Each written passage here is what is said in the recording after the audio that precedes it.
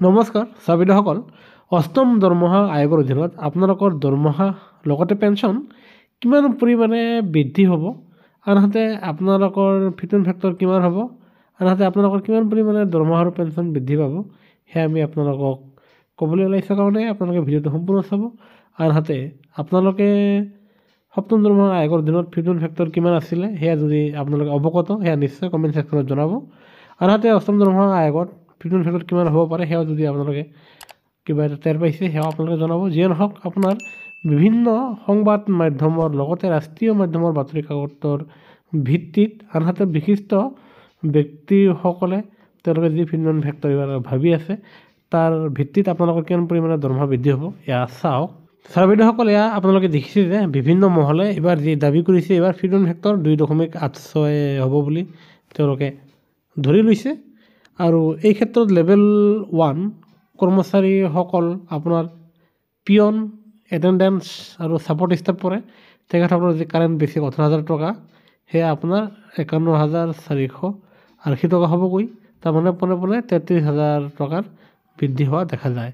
ঠিক তেনেদৰে লেভেল 2 কৰ্মচাৰী তেওঁলোকৰ হ'ল লোৱাৰ ডিভিজনেল ক্লাৰ্ক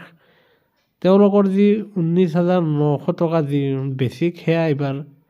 ৰিভাইজ হোৱাৰ ফলত 56,914 টকা হ'ব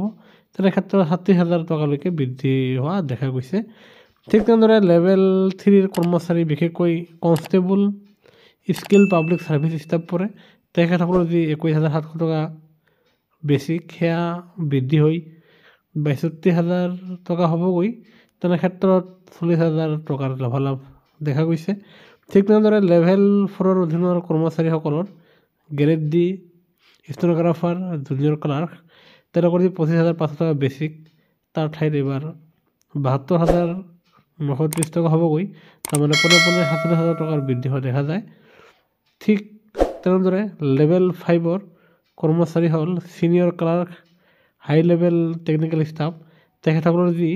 19,200 টকা বেছিক সেয়া বৃদ্ধি হৈ 82,500 টকা হোৱা দেখা যায় তেনে ক্ষেত্ৰত পোনে পোনে 54,000 টকা লাভালাভ পৰিলক্ষিত হয় এইবাৰ চাব লেভেল 6 ইনস্পেক্টৰ আৰু ছাব ইনস্পেক্টৰ তেখেতসকলৰ বেছিক 35,400 টকা তেনে ক্ষেত্ৰত বৃদ্ধি হৈ 1,01,000 টকা হ'বগৈ তেনে ক্ষেত্ৰত 65,000 টকালৈকে বৃদ্ধি হোৱা দেখা যাব লেভেল 7ৰ কৰ্মচাৰী superintendent section officer assistant engineer তেখেতসকলৰ যি 44,900 টকা বেছিক সেয়া পোনে পোনে 1,28,000 টকা হ'বগৈ পোনে পোনে 83,000 টকা বৃদ্ধি হোৱা দেখা যায় ঠিক তেনেদৰে লেভেল 8ৰ কৰ্মচাৰী হ'ল senior section officer assistant audit officer তেখেতসকলৰ 47,600 টকা বেছিক সেয়া বৃদ্ধি হৈ 1,34,000 টকালৈকে হ'বগৈ তেনে ক্ষেত্ৰত 78,000লৈকে বৃদ্ধি হোৱা দেখা যায় ঠিক তেনেদৰে লেভেল 9ৰ কৰ্মচাৰী deputy superintendent of police accountant officer 53,000 টকালৈকে বেছিক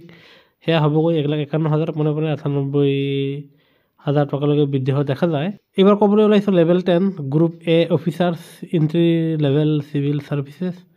তেখেতসকলৰ যি 56,000 বেছিক সেয়া হ'বগৈ 1,60,000 পোনে পোনে আপোনাৰ 1,00,000 টকালৈকে বৃদ্ধি হোৱা দেখা যায় কিন্তু আপোনাৰ এইবাৰ ফিটমেণ্ট ফেক্টৰ কৰ্মচাৰী পৰিষদৰ ফালৰ পৰা 2.86 দাবী জনাইছে যদিও আমি এক বিশেষ খবৰৰ ভিত্তিত এইবাৰ ফিটমেণ্ট ফেক্টৰ আপোনালোকৰ 1.92ৰ পৰা 2.3ৰ ভিতৰত থাকিব বুলি বিশ্বাস আৰু যদি ইয়াতকৈ ফিটমেণ্ট ফেক্টৰ বেছি হয় তেনেহ'লে কৰ্মচাৰীসকলে যথেষ্ট পৰিমাণে লাভান্বিত হ'ব সেয়েহে কৰ্মচাৰী পেঞ্চনৰ প্ৰতিটো সেউজীয়া খবৰৰ বাবে আপোনালোকে নিশ্চয় চেনেলটো লাইক এটা দি শ্বেয়াৰ আৰু ছাবস্ক্ৰাইব কৰি নাপাহৰিব